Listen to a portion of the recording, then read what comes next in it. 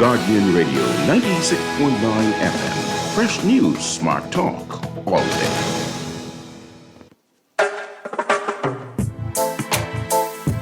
La la la la. La la la la la la la la. La la la la. Oh yeah, oh yeah, oh yeah, oh yeah, oh yeah. I represent Bahamian people. I from Nassau, Bahamas, big up Bintan, bro. Boy, I from Bintan, bro. Right between West and Augusta, where them two roads meet, they call it Wilkinson Street. Manners and respect was like a sign blank check. It seems the ones that coming after quick to disrespect. You see, this life in the ghetto never easy. So many hungry days, break till it grieve me. But I doing the best I can, trying to turn my dollar to 100 grand. I represent the ghetto people. I from Nassau, Bahamas, big up Bintan, bro. Boy, I from Bintan, bro. Don't take no back talk, no bribe or no joke. If you find fire, you definitely find smoke. Bintan, bro. Boy, I from Bintan, bro. Bintan, I say up and running. Caliban say my show, boy, don't ever give in. 7 years of farm and watch the crops them coming. True they see a humble thing, the lion sleeping. But they ain't for no reason. You find fire, you definitely find smoke. Bintan, bro. Boy, I from Bintan, bro. Good night, Bahamas, and welcome to Guardian Radio 96.9 FM. I am your host, Valentino, host of the talk show Inside the Inner City that premieres every Friday at 6:30 p.m. to 8 p.m., except holidays.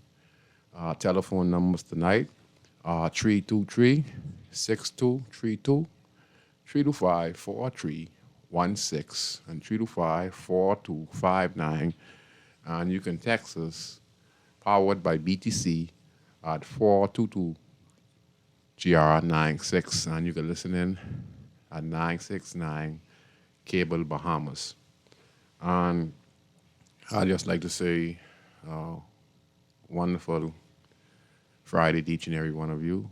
Those who work hard all week, I know you want to enjoy yourself out tonight. So please, the streets are wet. Please drive with due care and caution and enjoy yourself tonight. Tonight, I know you took the time out to come and listen to the show, on a Friday, Friday's their party. And so for those who are listening, in the clubs, some people listen to the sports bar, some people listen at home, some people listen in a car.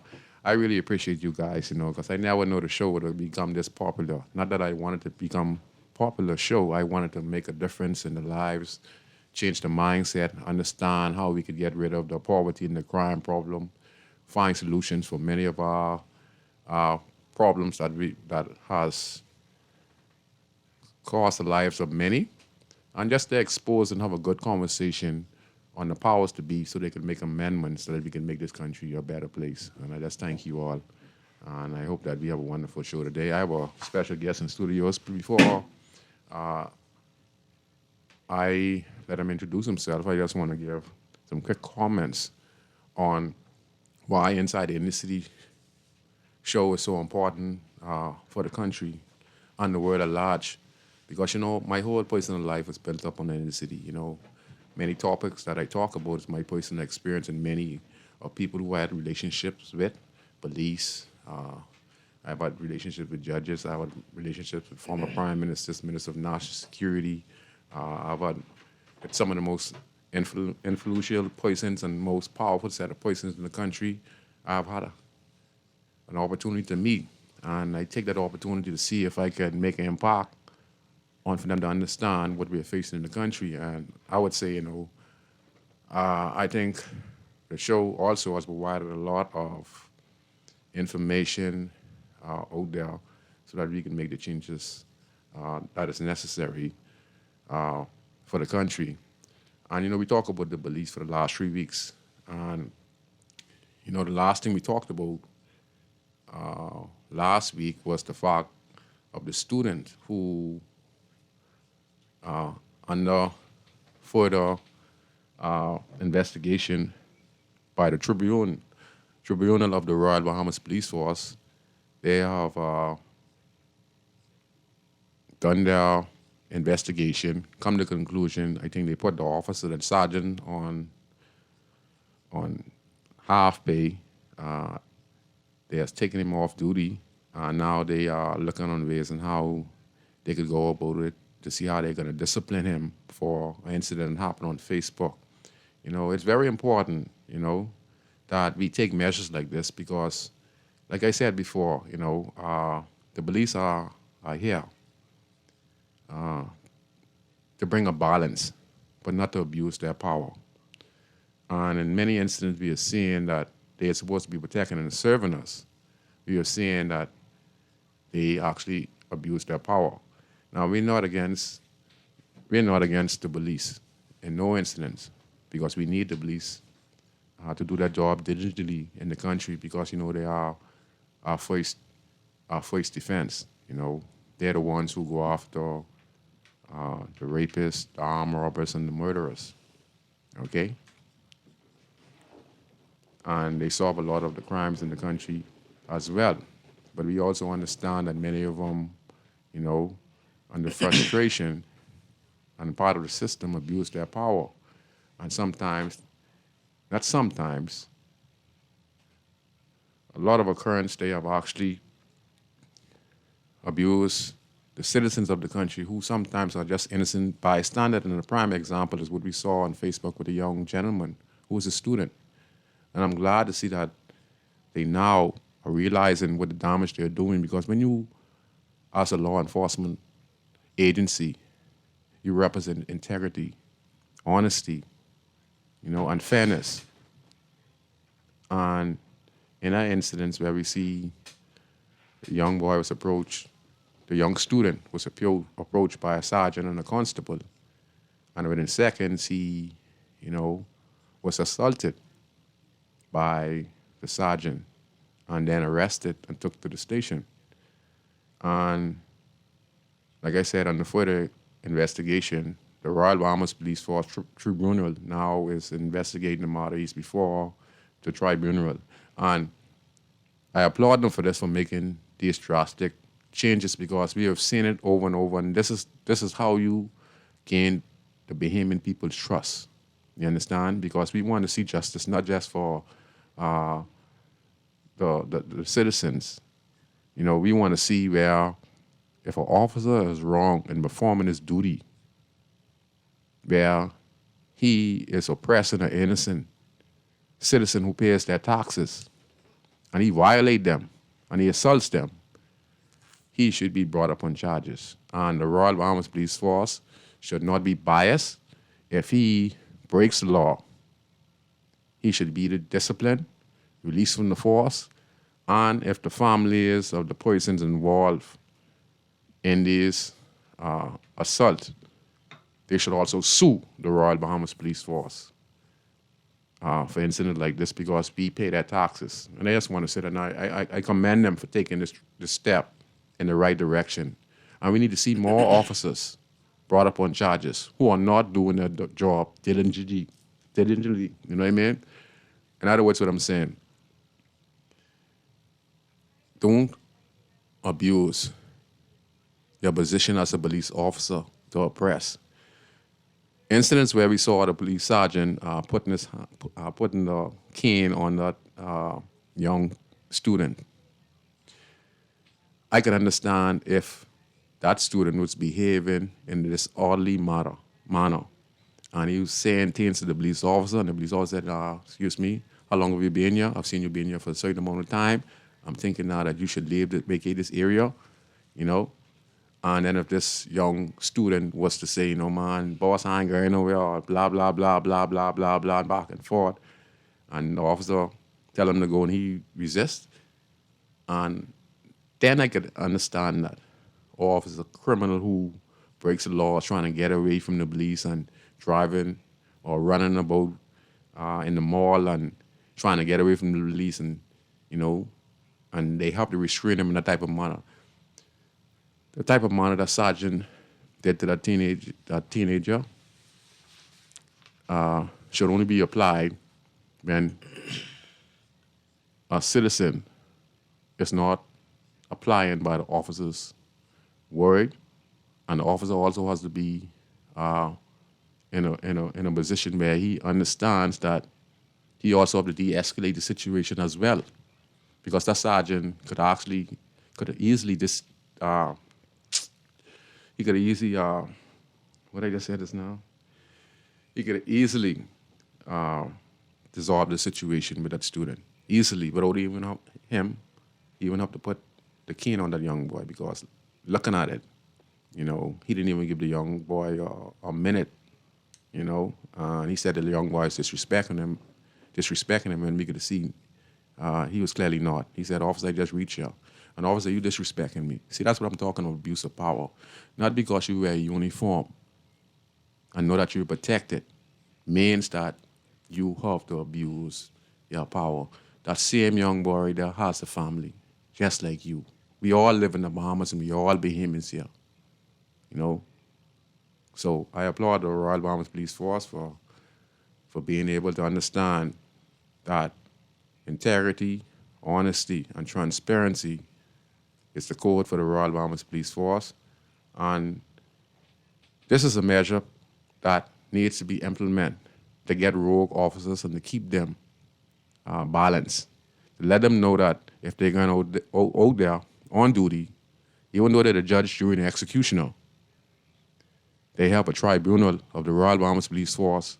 If they breach their position as a police officer, they themselves can be brought up on charges. And that's what we want. We want fairness in the country. And now we're seeing that, so I want to applaud the Royal Bahamas Police Force for taking that step. And I want the Bahamian people to keep on advocating for these type of incidents, because only you can change it. You understand? And you see we're making changes. Okay, one last thing, and then I'm going to get my guest. Come on. All right. And then again, remember sometimes I always said that, you have to do the full investigation. We had a report last week about a female, a week before last, made allegation against the police. I think it was of a black eye or something, or assaulted by a police. And like I say, sometimes people is exaggerate. And the further investigation, the police investigate that matter. And they found out that the woman was falsely accusing the officer in this matter. And now they're charging her for falsely accusing the Royal Bahamas Police Force. And I want to applaud them for that, too, for doing a proper investigation, because there's a lot of people out there who are stinking rude. And I'm not saying this female is stinking rude, but we have us with our attitude. Some of us are stinking rude, and we like to lie and only tell one part of the story. And I just want to applaud them on that also, because we got one where we're going to get justice for, and we get one where we're going to get the next justice for, where they lied on the Royal Bahamas Police Force. But it's before the court, and we can't discuss it. But I just want to give those comments. Okay, now I got my good friend in studios. I got Minnie here. I'm going to let him introduce himself. And we're going to talk a little bit today about crime always begins within. Now, what we're saying is this: crime always, this is my topic, begins within. Within means in the inner city community. Okay? How it starts. Why it continues. Okay? Why within? Well, let me tell you why within, and I'm going to let him introduce himself. In the community that I reside in right now, we just lose 3 young boys' life in that community. The area that I live in is Grandstand, in the back of police headquarters. We have about 6 streets, 3 main road. The first main road is Lewis Street, which I live on. The next main one is A Street, and the next main one is Taylor Street. In there, we have about 26 side corners: Comfort Street, Anderson Street, Old Buddha Alley,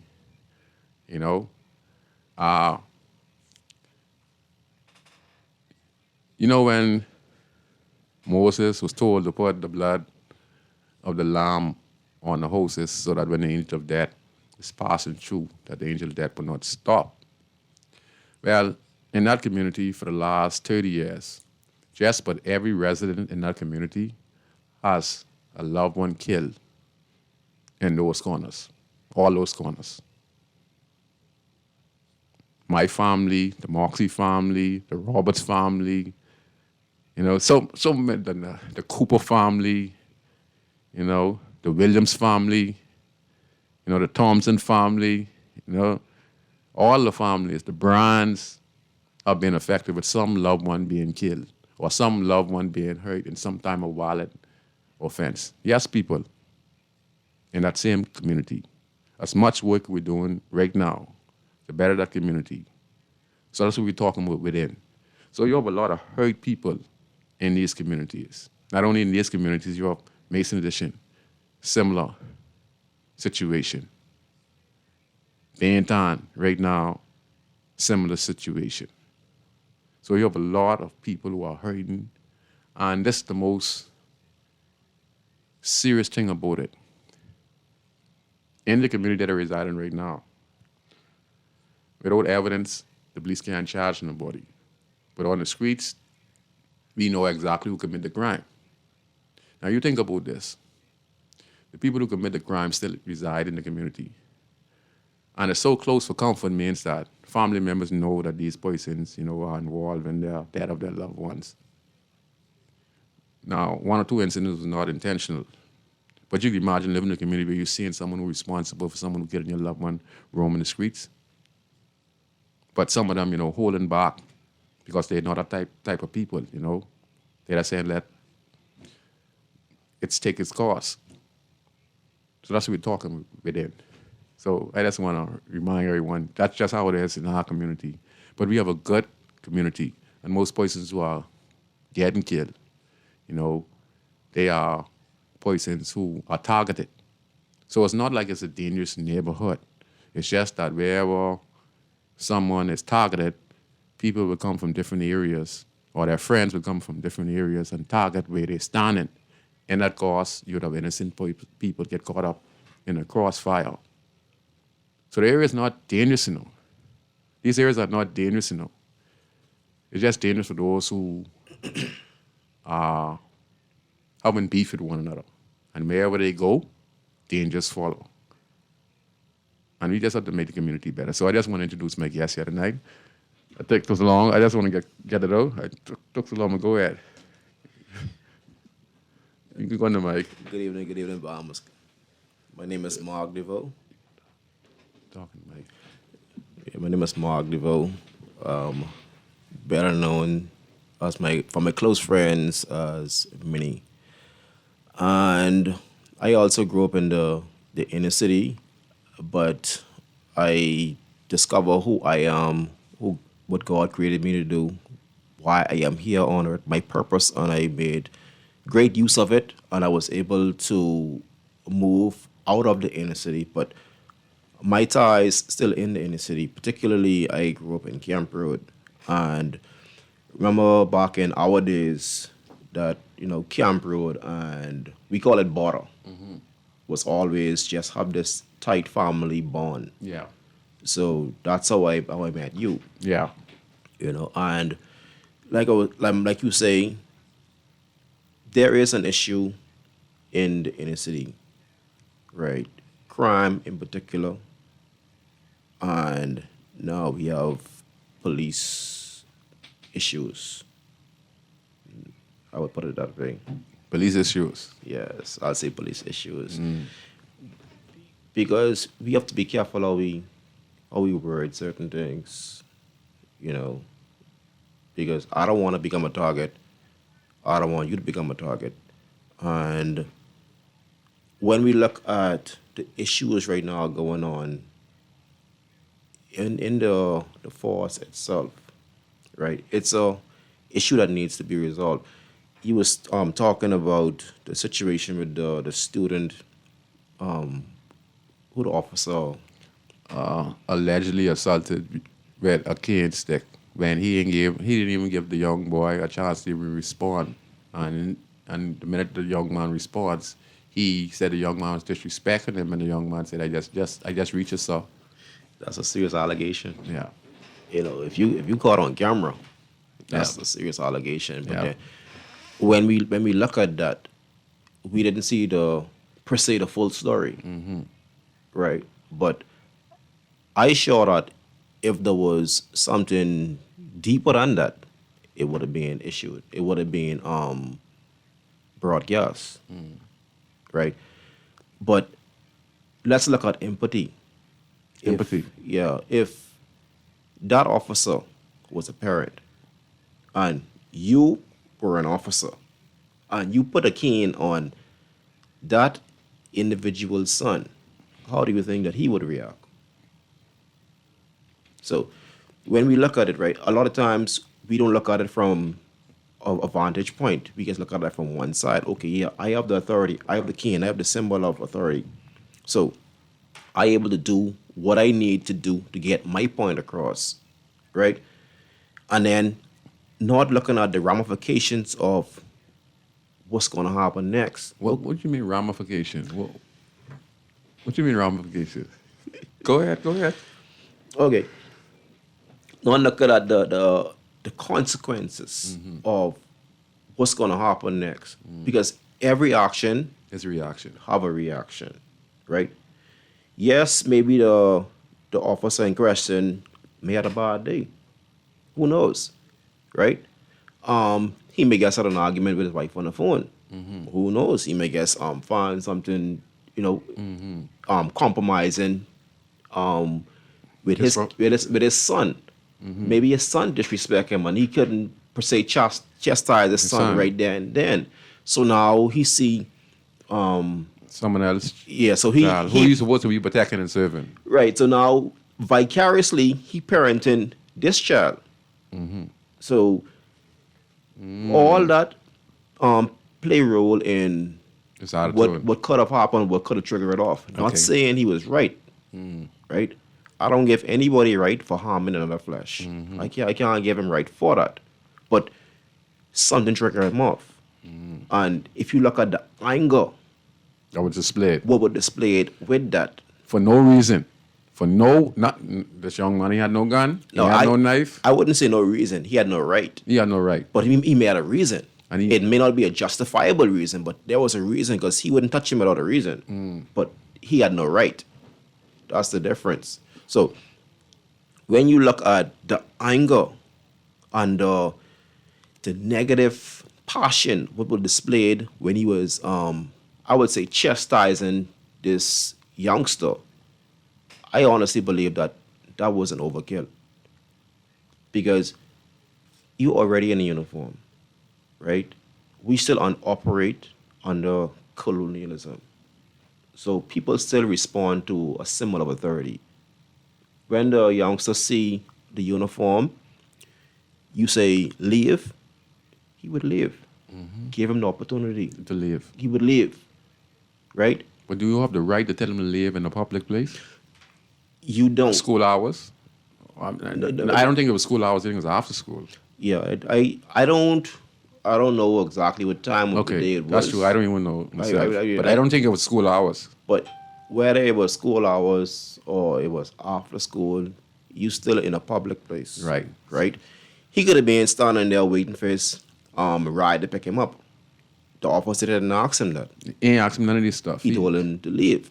Because, okay, for instance, when I picking up my daughter from school, suppose I don't want to go in the schoolyard and I say, okay, wait outside the schoolyard and I'll get you because sometimes traffic tight inside the schoolyard trying to get in and out. So I will ask, okay, well, wait outside the schoolyard. So let's say that's a public school, right? What's that? CH Rick? What school was it? Nah, But anyway, whatever school it was, right? He was in the mall parking lot. That's a public spot, place to meet up with other kids. It's a public parking and lot. eat and go shopping and etc. Right. So the child had many reasons. Bus terminal and all. Yeah, many reasons he could have been standing there. And then the girl who was with him could have been his sister, Could have been his cousin. Could have been his neighbor. Could have been his little girlfriend.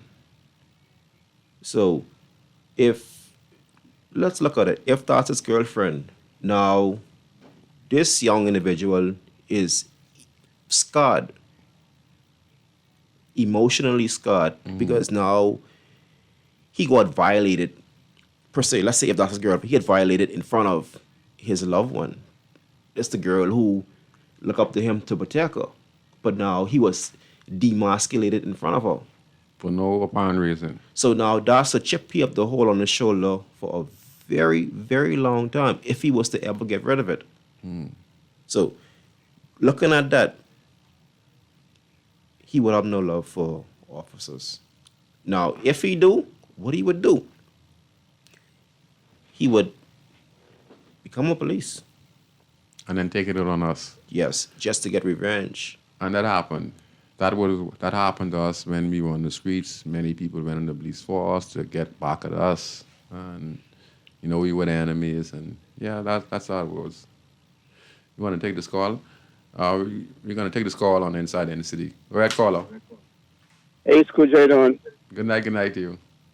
Yeah, man, I remember back in the 60s, middle 60s, and the PLP came into office.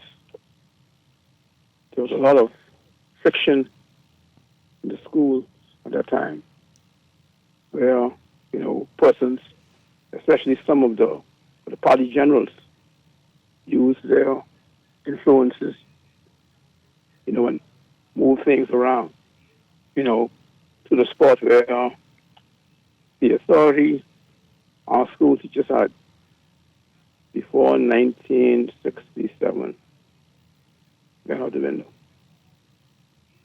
And when that went, a whole lot of other things left with it.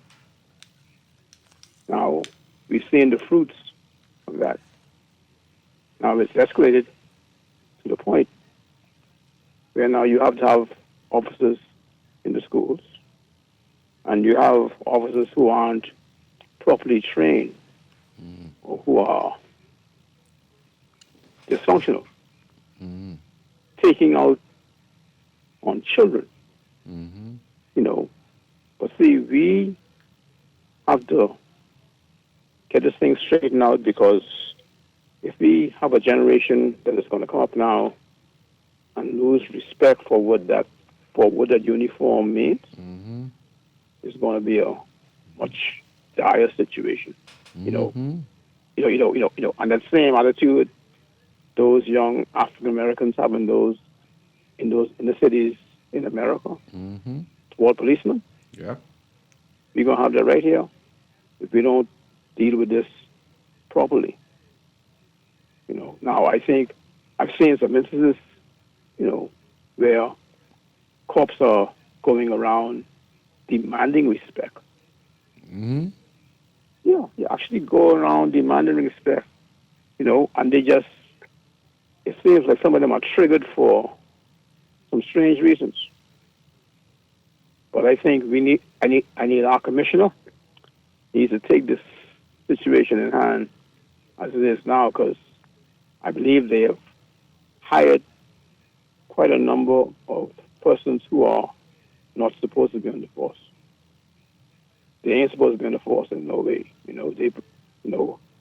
They probably could go as high as being security, but nothing else. Scrooge. Yes. Anyway, hey, I'm on.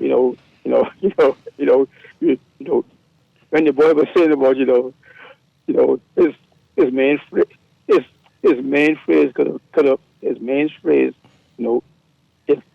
it like could have been, see what you caused me to do.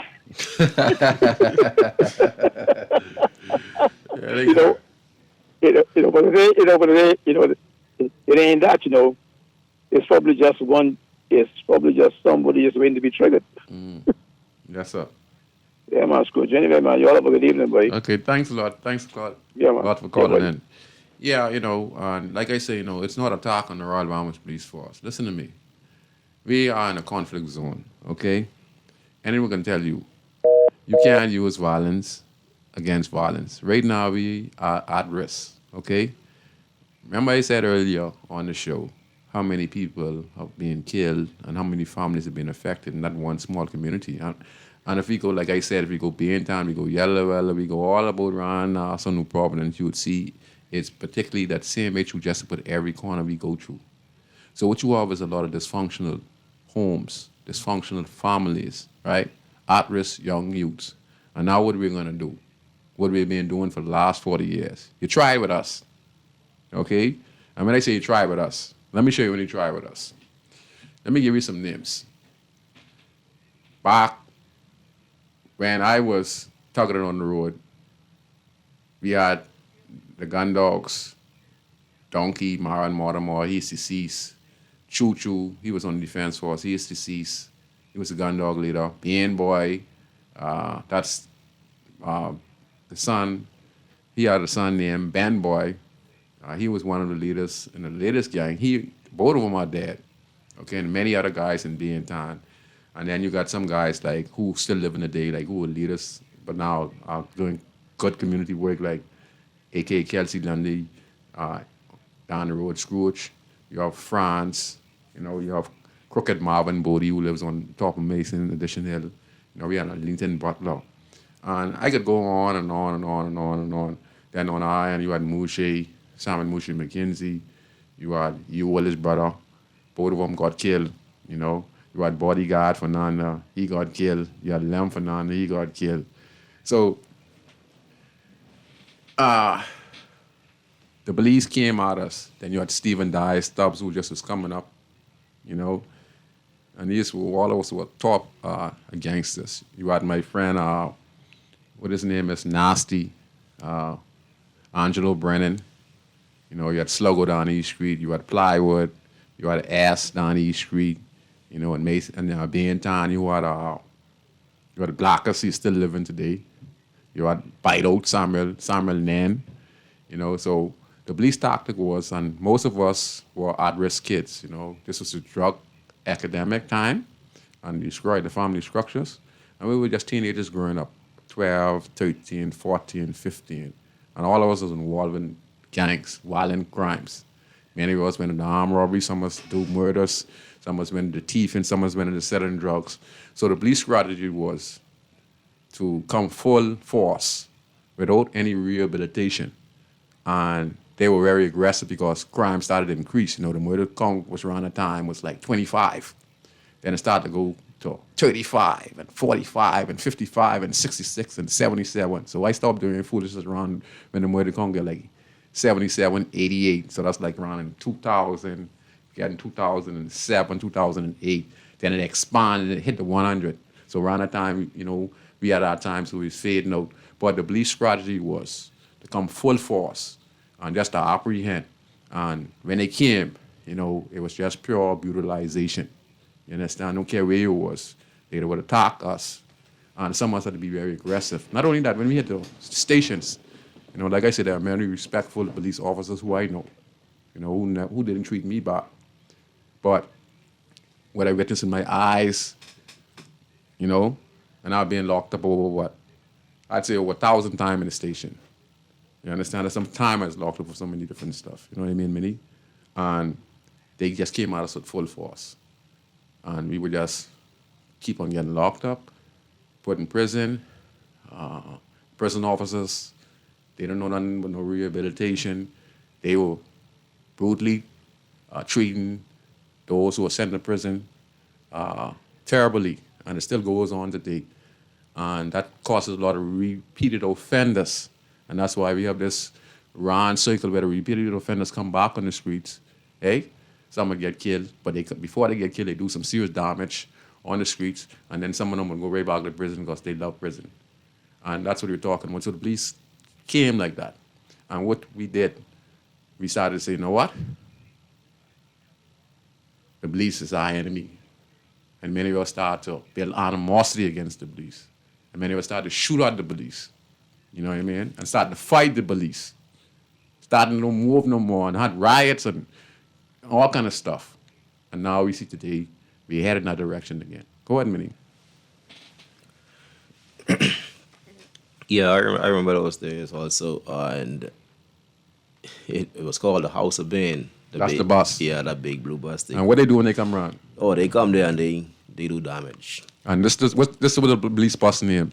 The police bus, the red and white bus. It's called House of Pain. Yeah. And when they come around and not about 50, 30 police and you get a hold on the bus, you get brutalized. And this is what was happening to Bahamian citizens, especially teenagers. So, Call the company with soon as you finish. Go ahead. all right. So what was happening back then? That's when they was addressing the gang epidemic. Right. But it's so amazing that those who are put in place to uphold the law, right, don't know the law. And when you realize what the law is, what your constitutional rights are as a Bahamian citizen, right, and you will realize how much violations Being these committed. officers actually commit every day on with you, right? So I encourage everybody to study the Constitution, know your rights as a Bahamian citizen, because a lot of these things, what's happening right now, is a violation of your right as a citizen, right? You have the Constitution they're supposed to uphold. You have the Penal Code, right? But if you was to follow the Constitution right now and you look at the Constitution, many of these acts what these officers committing because they saying you ignorant, you don't know. So they'll abuse it. They'll use it against you, right? As simple as, let's look at something very, very simple, conflict resolution, right? You have an officer come there, right? He came to resolve a conflict, but he have no training in conflict resolution. So now your wife call the officer on you. The first thing he come in there to do is arrest you. He ain't coming to ask no questions. He ain't coming there to say nothing. And it's happening over and over and over and over. First person to the station make a complaint, the next one get arrested. And there is no in-depth investigation on what's going on, what's the reason why. Nobody would just wake up and say, okay, I will do this to somebody. Reasons behind, right? They may not have a right, but there are reasons. So what about provocation? That's also a crime. But we don't look at it like What is that. provocation? Provoking. How the police provoke you sometimes? That's provocation. Like sometimes, like what happened to me when I said, good morning, officer. The officer said, shut up. Get on the ground. I say, excuse me, officer. You hear what they say? I say, officer, what I do? Officer, shut your app up. Get your app up. And I said, officer, you can't talk to me that way. And then I asked the one. And you are an antagonist now. Yeah. So when you look at an incident like that, right? He trying to instill fear in you because he know you don't fear him. And if he were not an officer, he know that no way under God great son that he could approach you like that. So because he indirectly fear you, right? And he trying to instill his fear on you that whenever you see him, you would say, okay, sir, no, sir, yes, sir. Oh, I would respect you. But the respect is never, ever, ever instilled. It's only hatred, it's fear. It's only hatred and it's, sorry, not fair, it's retaliation, right? I can't say too much on the radio. You're saying a lot. We can take this call. Go ahead, call on you on Inside in the City. Call, you there? I think they left. Yeah, and like I say, we have to make these amendments because we dealing with a high risk of violence in the country. Look at us around us people. We are only destroying one another in this country. We want a police force where we can interact. We want community policing. The last resort should be when we have criminal officers, like criminal investigation officers, is when we have serious crimes where murders occur, armed robberies occur. Okay? And the officers are for that. But some of these matters where we are seeing, people just get pulled over for traffic violation. And then you see these people end up before the court with disorderly behavior, resisting arrest, race to the court time. Because, like you say, provocation from some of the officers. And again, some of the citizens also do provocation. But if the officers is in the right, I with the officers. If the citizens in the right, I with the citizens, Not to be biased. Because like I say, it's a tricky situation because we have so many unruly people, But like I said, we have so many rogue officers on the force that incite a lot of provocation towards the citizen. But then you also have Trump charges. Trump charges. We talking about Trump charges. Suspicion. Suspicion. Suspicion is the main charge. Right? I could be driving a Honda, Parcel, whatever, hot cars these days, whatever, committing all of these craziness, right? And there are just cause now for an officer to pull me over, right? They will say, okay, we come to shake this car down, search this car down for illegal drugs and firearm. Do they have the right to? That's a Trump charge, suspicion. They will say, I suspect you. Dangerous drugs and firearm. Yeah, it's a Trump that they could use. But And they using it, but also they abusing it. right. It has to be where I have done a crime. No. So that's what I mean. Okay, I pay for my license. I pay for my insurance on my vehicle, even though it's a private vehicle. But I pay for my insurance and I pay for my license and my inspection. There is something that protect you in the Constitution, right? So if I'm driving, like you say, I'm driving my car, What is and they just could pull me over. no? What's your suspicion? Why do you suspect me? For what? Yeah. And what gives them the right to search the car? Was the suspect riding the same exact color? Did the suspect have the same exact license plate?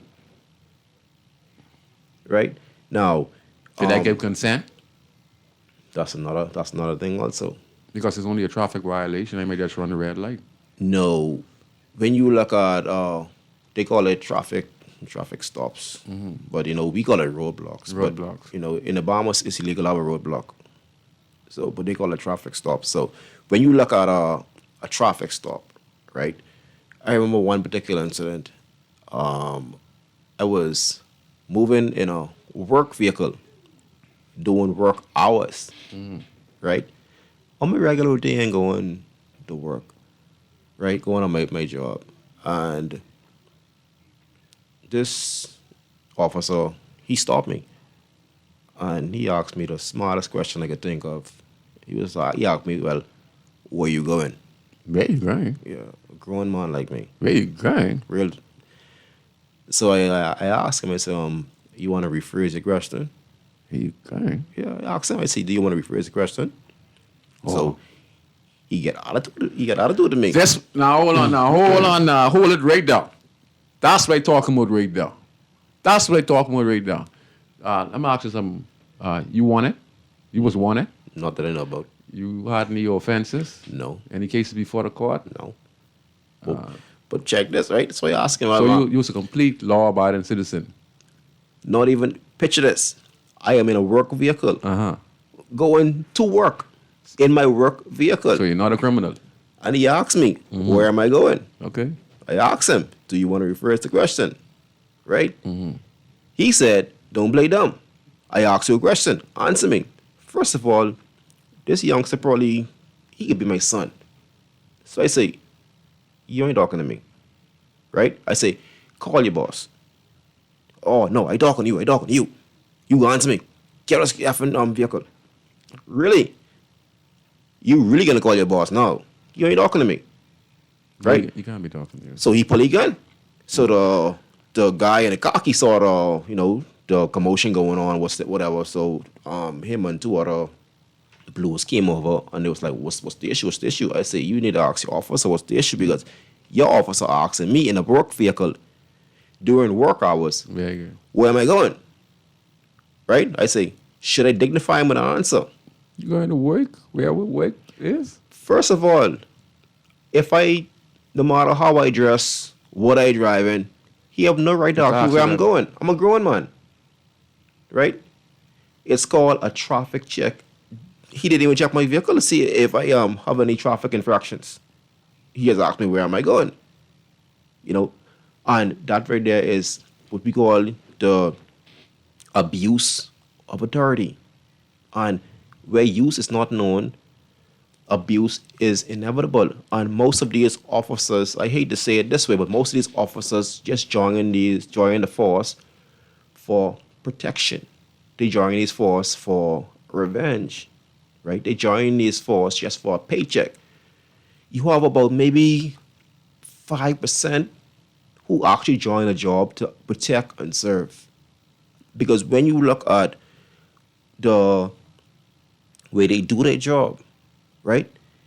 Now it's becoming now a paradigm at work that okay, this is what I see Others my doing? others doing. Superiors doing? So now my superior trained me to do this. I had many officers came to me, one-on-one talk, and they was like, okay, well, one thing we learned in our training that the police are always in charge.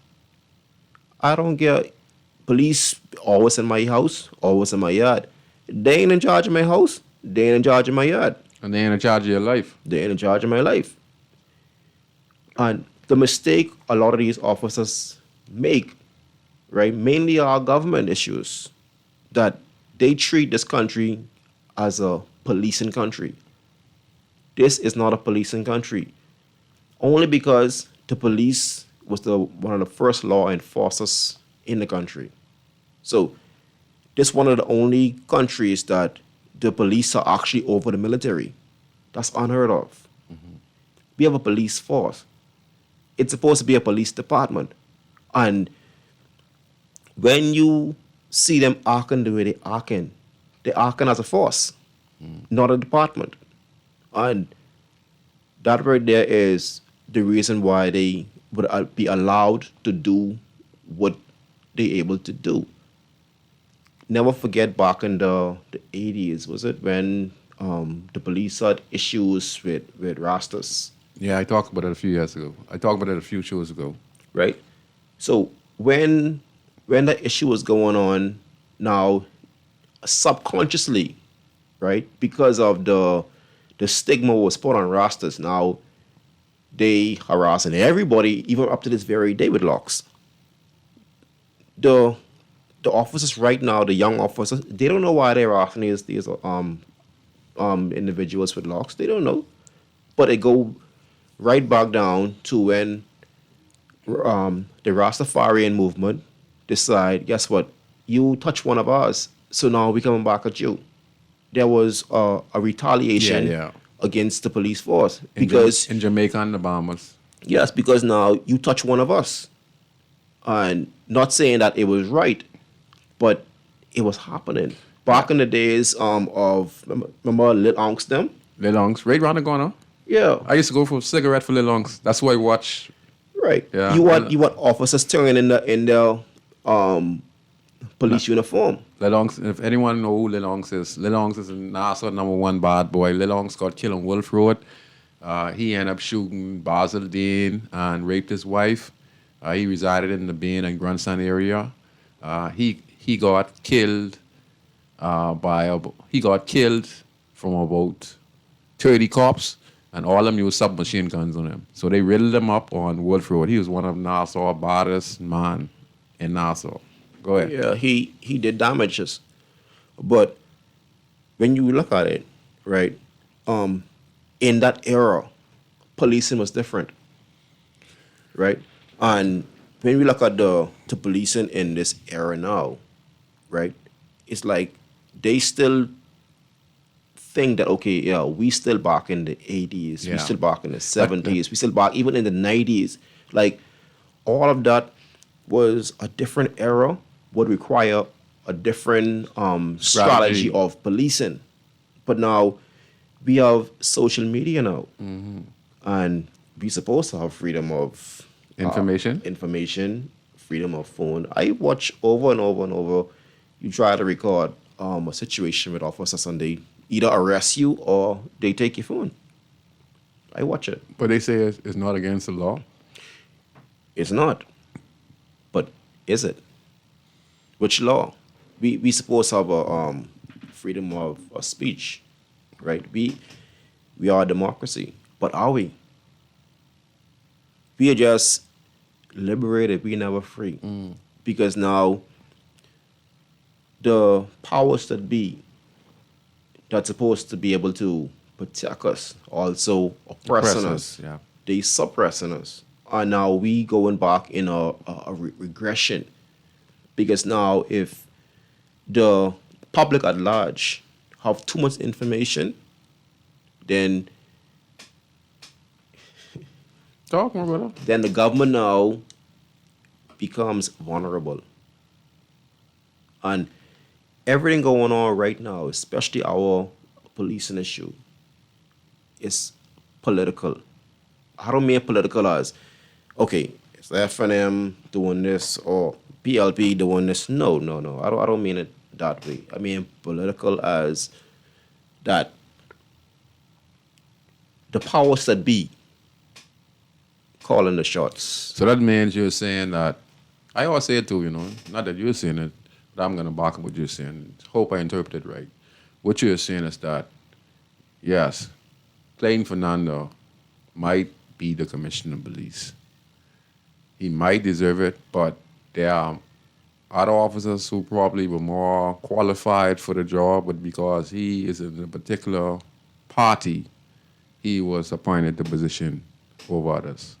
And we have that going on with many people not being promoted because, they're not part of a political party or they are part of a political party. We are seeing that with Marvin Dames and former Commissioner of Police, Ellison Greenslade, who is now ambassador. Marvin Dames was also a former a minister of national security. And we saw them fighting on Boardwalk Wall in two political parties. And they were sent off. So that's what you're referring to. And I hear this every day about officers who saying, if I was given this position, I could do a good job, but I know I'm not going to get it, And parties, we saw it with the Governor General, Cynthia Mother Pratt. I stated it a few months ago that, every political party that comes in would put their Governor General in place. We saw that, this one Richie Levy, he resigned, and Mother Pratt, which she's deserving of it. But like I said, it's a chess game. It's a chess game. We can take this call. Go ahead, caller. You're on Inside in the City. Hello. Good night. Yeah, you know, Mr. Brown. I'm fine. Okay. Let me say something. So, good day to you, your guest also. I know I met him also. You met him, DeMarco? Yes. Good day. Evening. Let me say this, right? Because a lot of times, because we asked a higher rank in the police force to assist us in trying to curb this problem in reference to what you're all speaking about, right? About the citizens and the police being able to communicate with one another and the police being respectful to the citizens. See, the thing about it, the Commissioner of Police has the same privilege as what a Prime Minister would have, and all of them almost basically went to the same school, basically the same training. They may have advanced themselves when they got out of training. The training only takes you to one particular training. Training is not a college like similar to when you go to COB. You get a master's, you get a bachelor's, you get you get certain degrees that would stipulate or state that you're more qualified than the man only a constable. But that does not happen on the police force. What happens is you could enter the police force, but you have to enter at the rank as a constable and work your way up. So it really doesn't have anything to do with any common sense or any qualification. If you was a big bad bull, you could end up being the commissioner of police because there's no qualification, far as I know, to be a commissioner of police. And that's why we are in the problem we are in today.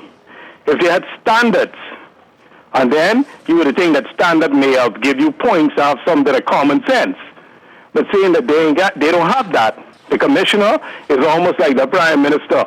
He only ahead of them, but he really isn't in control of them. Just like how you see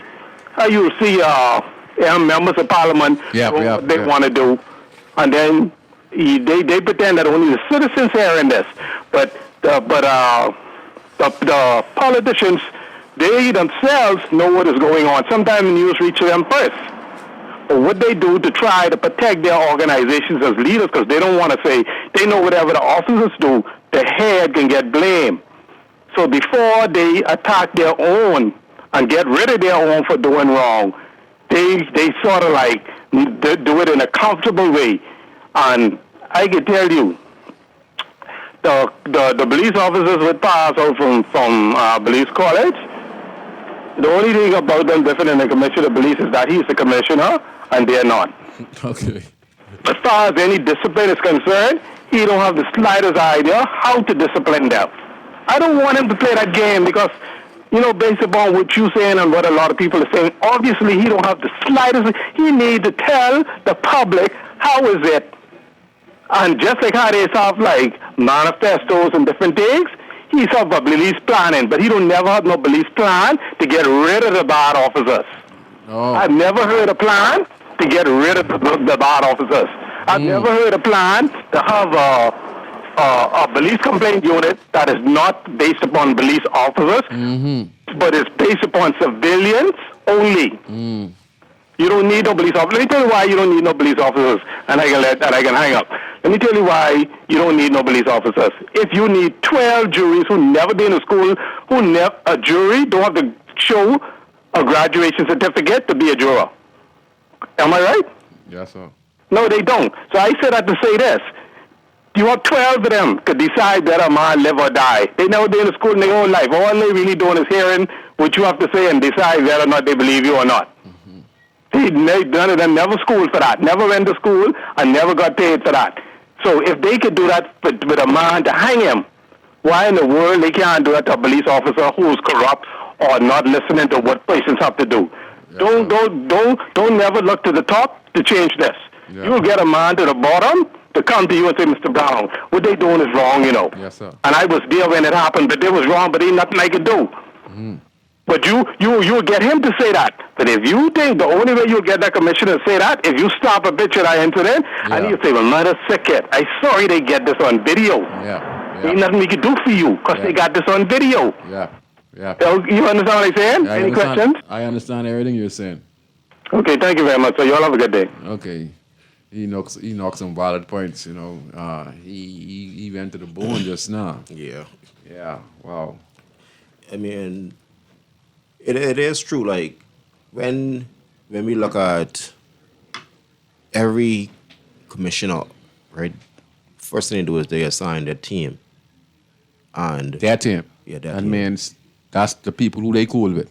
Yeah, they put their people in place in position. So what about the other good cops on the force who qualify for the job, who might even be more qualified for the job and could do a better job at some of his people, but never would get the chance? Like I say, it's political. Okay. Right. You have... So it's no merit? No. You have to be connected and be in a political party? It's hard to say. Wow. It's hard to say.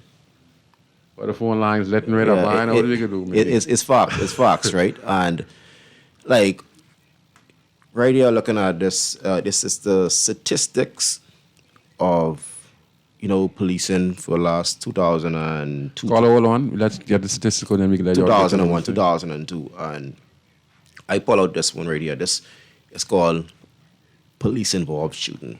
Police-involved shooting. Right? So it never said, okay, what really transpired. These incidents, some of them still before the tribunal. They still before the coroner's court. And in 2002, there was 16, right? 2001. 16 police-involved shootings. Yeah, 2001, there was 20 police-involved shootings, right? Now, here is something so disturbing, what I saw. From the late, this is an incident from this is a report from the Tribune. The latest report on human rights on the Bahamas revealed that there were 74 police-involved shootings that are waiting to be inquests in the coroner's court. So these matters haven't even reached the courts as yet.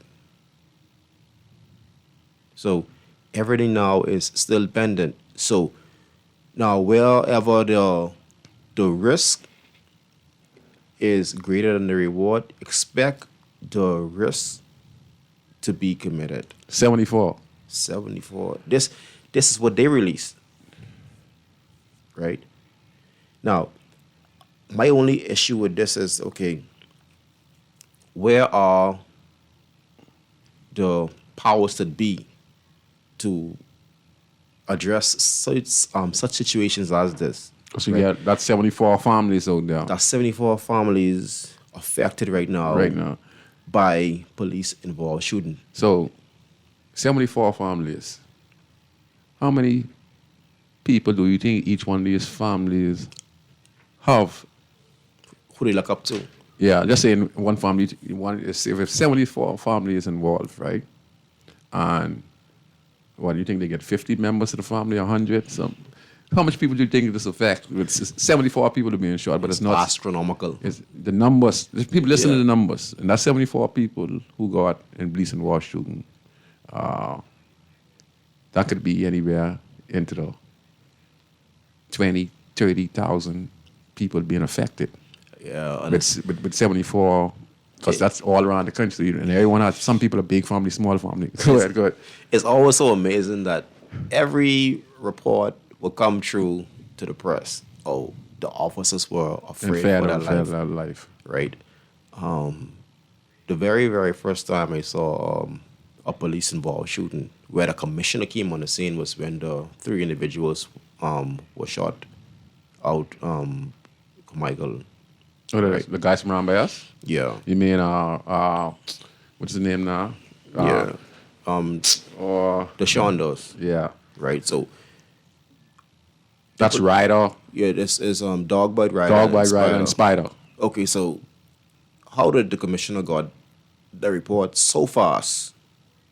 Right? How did he do his due diligence so quick? Right? To present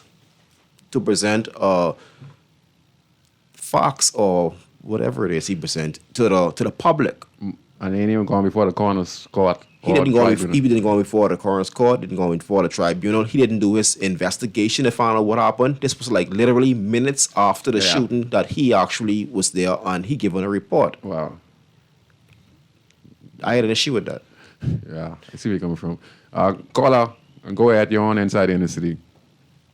Yeah, what's going on, Scrooge? Everything all right? Yeah, and good evening to your guest. Good evening. I don't know who the brother is, but he's the real, right? What he is? He knows what's going on. You and I know what's going on, Scrooge, right? Yeah. Hey, young man. Yes, sir. I appreciate what you're saying, brother. Thank you. But I guess I'm older than you, right? I'm not old, but listen to me, man. What he's saying is so true. You know, the human stories is what really counts, you know. And you know, the lack of legal counsel, the lack of financial, you know what I mean? He mentioned something too. So I like what he did. He's sensible. He knows that you could just go into the archives and document what he's saying, right, Scoozy? Yeah. And so with the incident, as far as with the school child, right, he painted a good picture. Suppose it was the policeman's son. But the thing is, right, what stood out for me in that story, right, Scoozy? Yeah. Me and you could identify with this, Scoozy. When the young man said that the remarks that the officers was passing on him in the station. You understand me? Yes, sir. Me and you know that is the common trend, right, Scoozy? Yeah, and he was... And also to your guest. I mean, why is it that, you know, he painted a real picture, you know, this 5 BJC, 4 BJC, no GC. Some of them are very intelligent because some of them are under the force with degrees also. But they're the ones that needs to be mingled with the ones who are not psychologically fit, qualified to be on the job. Now, I listened to him. He was talking about an encounter. And that encounter that he described to me, that officer shouldn't be allowed to mix with the public. You understand me, Scoozy? Yeah, because he's not psychologically or emotionally matured enough to deal with the public. Because he could have service he's high on obnoxiousness. Listen, man, I was in an incident, right? And, you know, this is only one of, man, I'm 59, so listen to me. Nothing has changed. And so this is an incident in Camp Road years ago, right, Scoozy? They came in the yard with my cousin. I don't want to call no name, you know him. So they thought they was always on to something big. So, you know, I can't remember if that was Archie, but the guy one of the officers had the M16, right? So they like to point the gun in your face and point it at you. So I was sitting down, no threat of violence, just sitting down, subjected to him. They searching and doing what they have to do, right, Scoozy? Mm-hmm. I'm not a violent person. He don't know me. But they hate you for nothing. So he got this gun so close to me. So I move the gun. I push the gun. I tell him take the gun from out my face. So I say suppose the trigger slip or way. And he can run on me, tell me, I don't trust the police. I say, big man. I say, you know what you mean about it? Why, you think he should just do what I said, Scrooge. I didn't pose a threat. Why you got to point a long M16 at me who ain't have no gun? You understand what I'm saying? Then another thing is, when you're already handcuffed and subdued, you realize that once a police officer insults you, that's a crime.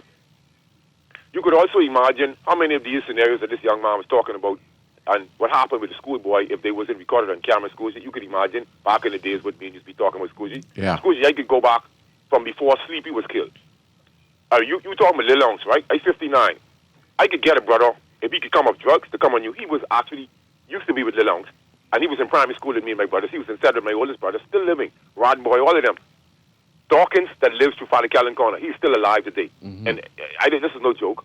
And he told me something about my old man. My old man was at the shootout, because I heard it come on the very well walkie-talkie. I might have been in grade 6 or 7, but I heard it at the dinner table. He used to keep it in the front room. All right? And the shootout did happen at Wolf Road on East Street. All right? Windsor Park area, because you remember the clipping in the newspaper. I don't know if you was old enough to see it. Yeah. Yeah. All right?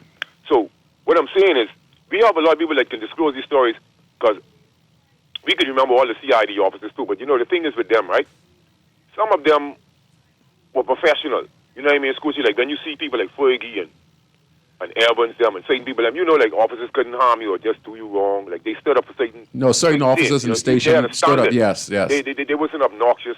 Because some of the things I've heard officers tell me, they would threaten you, all. Yeah. You had some more. Yes. And so the fact that the officer yuckled the gun with this scenario, what the gentleman's talking about, shows you the lack of emotional intelligence and the audacity with their obnoxiousness. It's really frightening. So we said something very profound too. So, but you're not hearing any rewards for the whistleblower within the force, Gucci. You understand? Yeah. They're not. For me, he said exactly what I needed to say. They're not making any efforts or any impetus towards cleaning up the force. Yeah. And even as I speak, me and you have to realize that. All right, let me give you an idea. You remember Kenneth Gibson, right, Gucci? Kenneth Gibson? Kenneth Gibson, Shabba cousin. You remember Kenneth Gibson? No. Yeah, Kenneth Gibson. Everybody should remember Kenneth Gibson, man. I forget his nickname, but he's like one of my cousins anyhow. But he was actually mixed up with the gangs from then. And so what I'm saying is, why should we be naive to believe that officers are not mixed up with gangs where people can say, go to this club, and be partying this way and be partying this way. As we saw the situation with Cowpen and all the other scenarios. So what I'm saying is the fact that these paradigms they're not creating in order to curtail corruption. And then you have the commissioner or assistant commissioner coming and ready to say they have a few bad officers. Man, that is total BS. And people on the streets know what's going on. Why would you say that, Scoozy? If an officer watches something happen and then he allows his subordinates, right, to get away with what they're doing while he sit idly by. What you saw happen with the George Floyd case, Scoozy. They were charged also, right? Yeah. Because they allowed something to happen and they should have intervened. This is what I'm saying. So we all doomed. We have no rights. Mm-hmm. It is what it is. And speaking out is a problem. And so there's no such thing as democracy, because when you allow this type of totalized government, see, even with the pandemic and all of the other global impositions, and the officers are quick to enforce mindless laws, right? Mm-hmm. They're actually so ignorant, they're actually enslaving themselves. You understand what I'm saying, Scoozy? Yeah. They're fighting and helping enslaving themselves. They have no idea what's going on. But God help us all, man, because I'll tell you the truth. You can be railroad easy. There's a situation the other day where they didn't even allow a guy to see a lawyer or get a call. These are the things that they're doing. Yeah. Bless up. All right. Yeah, man. Thank you for calling in. And like again we were saying, I'm just saying this to the general public. We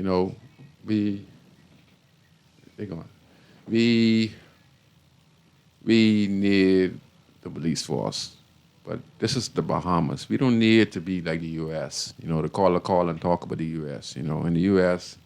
they have Caucasian police officers oppressing the nation of blacks and people who are not, of stature, and they are being oppressed. Now, we inherit this British system, this British police system. This system could be 10 times better. We could treat one another better in this Commonwealth of the Bahamas.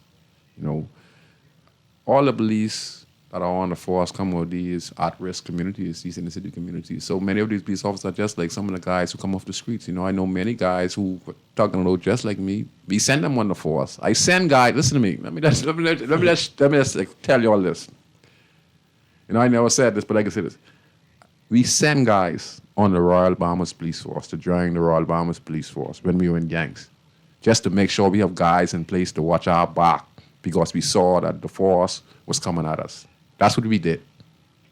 We had a lot of guys in Raiders who joined the police force. We had a lot of guys in Bainton, like I remember Choo Choo. He was supplying the firearms for all the gun dogs, and he was the defense force officer. Good luck, he was the defense force officer, and that's who was supplying all the guns in Bainton for the gun dogs. Then we had a few police officers who used to drop off firearms to us also, who they take off other guys from other gangs in the communities. It's still going on now. And it's still going on today. So that's why I say it's good to have a tribunal and a private sector of people like you stating that who are there to make sure that they can get rogue cops. You know, and what we're saying is this: we just need to discipline the force, okay? Because, like I say, just like trying to tell the general public, if we keep it up, where the police are aggressive for simple matters, and the citizens can't even talk to the police and explain themselves to the police, like that young kid, you know, the teenager, the student. And if he just said to the officer, "Chief, I just reached," and if the officer say, you disrespecting me. What did this kid say to this officer in that split half a second for him to respond in that manner? And that's the manner we're talking about right there, that is affecting us all around the country today. Trust. And when you're supposed to be protecting and serving. See, that ain't right. We need community policing. That's why I'm a part of the Neighborhood Watch. I work with Urban Renewal. And I'm forming that partnership where we get a police walking the streets, talking to the residents, helping out with home repair, you know, helping out with some at-risk kid, you know, helping some old person fix their windows on door. And then if there's complaint about somebody who's rogue and it's a stealing area, we can rely on that information. But at the same time, we have to clean up our community by also empowering our community and getting people stronger, more education, more empowerment in the community. But you know, but like I said, the powers that be, again, like everything go it deeper than, if it's deeper than the commissioner, right? The commissioner answered to somebody. Yeah, he answered the Minister of National Security. Right. The Minister of National Security answered to somebody. He answers to the Prime Minister. The Prime Minister answered to somebody. The Prime Minister answers to the UN Council. The UN Council answered to somebody. And they answer to the King. Everybody answered to the Constitution. Right. Now, when you look at it, these laws are in effect, right? So when we look at most of the frustration right now in policing, it's because of the backlogs, what's going on now in the judicial system. Backlog. Right?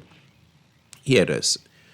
I know of many incidents where there was a shooting involved and the victim was arrested and charged for, organized crime. You know, now they investigating this victim now because he was shot at. So right now, if somebody shoot at me, I ain't about to go report that. So you shoot at me, think about it. The average person right now want to take it back in their own hand. They want to take the law in their own hand because now the system is against them now for even being a victim. You are being victimized for being a victim. I ain't gonna lie. I never see myself walking to the police station. I've been shot at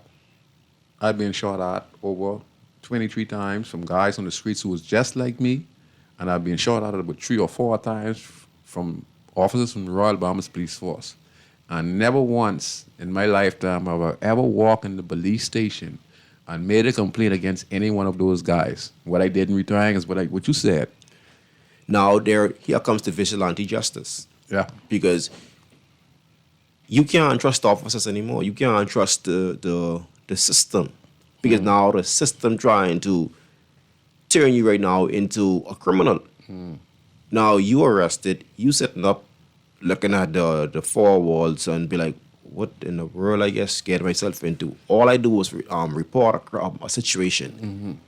And now I being victimized for the situation. So what the average person who gets shot at, everybody got somebody who got a gun. Or they may have a gun themselves. Not saying I invoking violence. No. I'm just saying this is what's happening on the streets. Yeah. Before they report it, they rather just go there, make a phone call to somebody and deal with it themselves. Because the trust is not there. There is no trust in the system anymore. Because either if there is a backlog or they being victimized. When you walk in a station right now, you would have officers stereotyping you. I had a situation, this happened to me like just maybe 2-3 months ago, right? I made a complaint in the station. There was an issue with my dogs. My neighbor dog attacked my dog. I made a complaint. So I went to do a follow-up complaint. I walk in there. The police look at me and he was like, where's my ID? I say, I don't think I need ID just to make a follow-up complaint, right? And he started cursing and carrying on, you think I got effing time to do this and that and blah, blah. Yeah, and that's the kind of stuff that goes on the station, people. And listen, he extremely loud, people in the lobby, in the back of me, and I was like, this man don't even know what I come here for. So, I say, sir, do you even know what I come here for? He say, you come to sign in, right? I say, sign in for what? I say, sign what? Say, hey, I ain't got time for no games.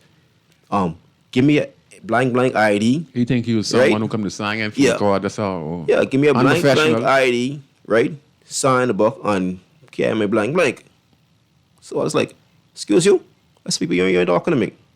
So he came around. He gonna beat you now? Yeah, he came around as if he trying to, now physically harm me. Yeah. Because he could get away with it in the station. Yeah, he came around in the front, right? And the minute he came around, there was the officer who was in charge. handling my mother. And then she saw me. She said, oh, I'm sorry. Yes, I know him. Yeah, so come this way. And I look at him right and say, this what I come to the station for? I came for help, for justice, and to get myself in problems. But that's what's happening right now. They don't know how to use the authority they got. Now they abusing it.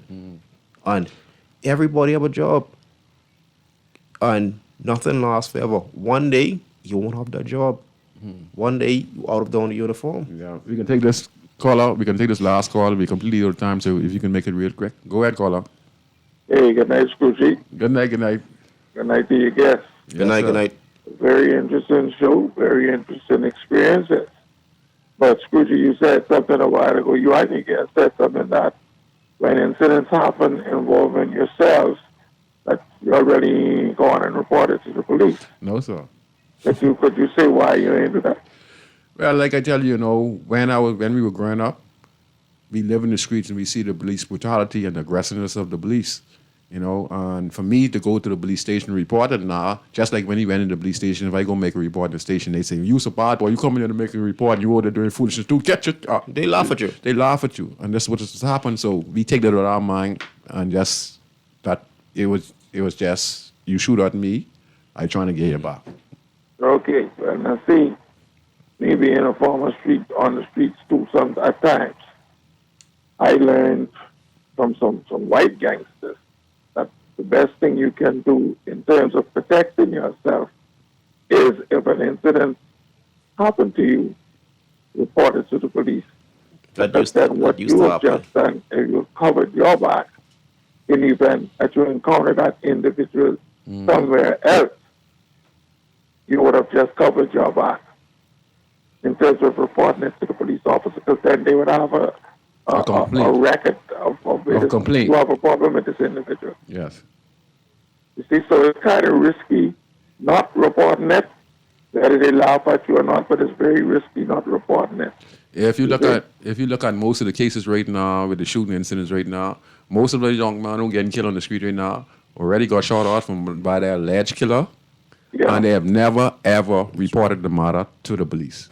Right now, most of those cases right now, just the way how people get so rough and tough in this inner city community, and then the system, people cancel that out because it's not illogical for them to go and report a matter inside the station. It just Scrooge, like you say, our police force and all of our armed forces, we really need to be retooled, extensively retooled. Yes, sir. Because if you go to the police college and you watch them on a training day, when did you ever hear? They're shouting and cursing at one another. So if that's what the instructors instilling in the recruits, what do you think the recruits come out and do? Same thing. And it can't work, sir. It can't work because we have rural kids who growing up in an environment where they're sexually abused, they're seeing murders, they're seeing police abuse. That area is poverty. There's no educational program in these areas. So what you think is going to happen when you arc in that same way? So it's going to be vice versa. But Scrooge, yes, sir. I've been in the military. Yes, right? sir. And I basically expected the same thing over there because I was vying for the police force here too. Okay. Now, what the military does is in your first in your junior weeks, your first couple of weeks, they shout at you, they do things to you, but that is with a view to turn you into the type of soldier that they want you to be. Because when you start to graduate in your 5th week and 6th week, you become senior. Start to become senior, then you start to see where you fit into the program, what they want, whatever you choose to be in the military and armed forces. However, what I don't understand, our police officers don't understand. You see how those police officers, a lot of them in the States, just come to you and say, "Can I see your license, ma'am? Can I see your license, sir? Sir, can you take it up with my boss?" That is the flip side to get what you want. Rather than, come with this car. That's right. That's right.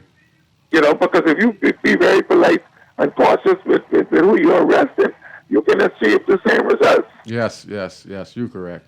Being polite. But I'll hang up and listen to your response. No, you said a lot. You gave a good explanation, some good comments. We have a few more minutes. And see, we had a good conversation today. I just want to say this again. This is not a attack on the Royal Bahamas Police Force. The fact of the matter is we're knocking some points that happen in our country. We want a better relationship with the Royal Bahamas Police Force. That's what we saw happen with that teenage student should alarm all of us. Let me give you a prime example. I think it was 2-3 years ago. There was a stabbing incident at Fish Fry where a young man got stabbed. And when he got stabbed, the police were there. They were not really know what was really going on, the police officers, but they did find this young man who had a laceration on his body. Instead of them giving him medical care, they let the young man bleed out. Come to find out the young man's father is a police officer. You understand? They let him bleed out. Now, let me just say this to you. I witnessed this with my own eyes. I watched my friend James Charles, who was one of the leaders of the gangs. He got shot through Honeycomb Street. And I watched hiding in the bush. Now, I say he's doing foolishness. All right? He's doing foolishness. And he got shot from a rivalry. All right? And, you could see the bullet. So the police was on the scene.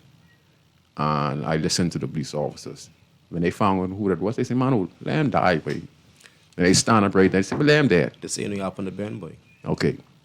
I don't know if you remember the situation with the female I had incident with around the corner, right? There was a lot of harassment going on, breaking in my house, breaking up my vehicles, and all of that stuff. That's a crazy girl? Yeah.